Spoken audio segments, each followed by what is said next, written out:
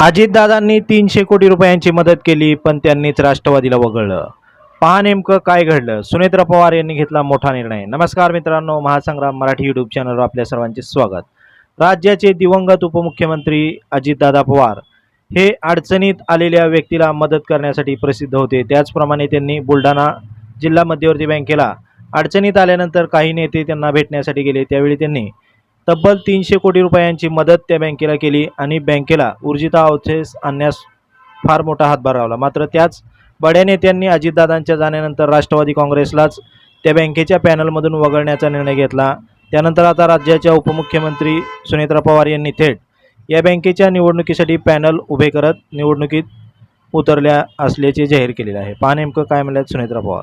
बद्ध आहे. ही बँक अवसायनात निघाल्यानंतर बुलढाणा जिल्ह्यातील काही मोठे नेते दादांकडे यायचे आणि बँकेला आर्थिक मदत करा म्हणून पाठपुरावा करायचे हे आपल्या सगळ्यांना माहिती आहे. आणि मी सुद्धा त्याची साक्षीदार आहे, कारण अनेक वेळा मी दादांसोबत असायची तेव्हा हा विषय मी ऐकत असायचे. आदरणीय दादांनी जिल्ह्यातील सहकार क्षेत्रातील ही सर्वोच्च संस्था पुन्हा ताकदीने उभी राहावी, शेतकऱ्यांच्या या बँकेला नवसंजीवनी मिळावी यासाठी 300 कोटी रुपयांची आर्थिक मदत केली. त्यामुळे ही बँक अवसायनातून बाहेर आलेली आपण सगळ्यांनी पाहिली आहे. आता मात्र या नेत्यांनी आपल्या पक्षाला वगळून इतर सर्व पक्षाला सोबत घेतलं, याची मला खंत वाटते. 21 पैकी 12 संचालक बिनविरोध केले.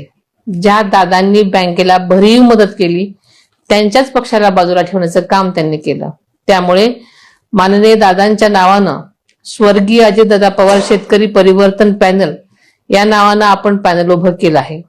दिवंगत उपमुख्यमंत्री अजित पवार यांच्या जाण्यानंतर त्यांच्या राष्ट्रवादीला निवडणुकीत डावलण्यात येत असल्याचा प्रकार बुलढाणा जिल्हा मध्यवर्ती बँकेच्या निवडणुकीच्या निमित्ताने पाहायला मिळालेला आहे. मात्र राज्याच्या विद्यमान उपमुख्यमंत्री व राष्ट्रवादीच्या राष्ट्रीय अध्यक्ष सुनेत्रा पवार यांनी या निवडणुकीत आपला पॅनल उतरवणार असल्याचे जाहीर केलेले आहे. त्यामुळे या नेत्यांना हा धक्का मानला जात आहे. पहा नेमकं याबद्दल तुम्हाला काय वाटतंय, नक्की कमेंट करा आणि व्हिडिओला शेअर करा. धन्यवाद.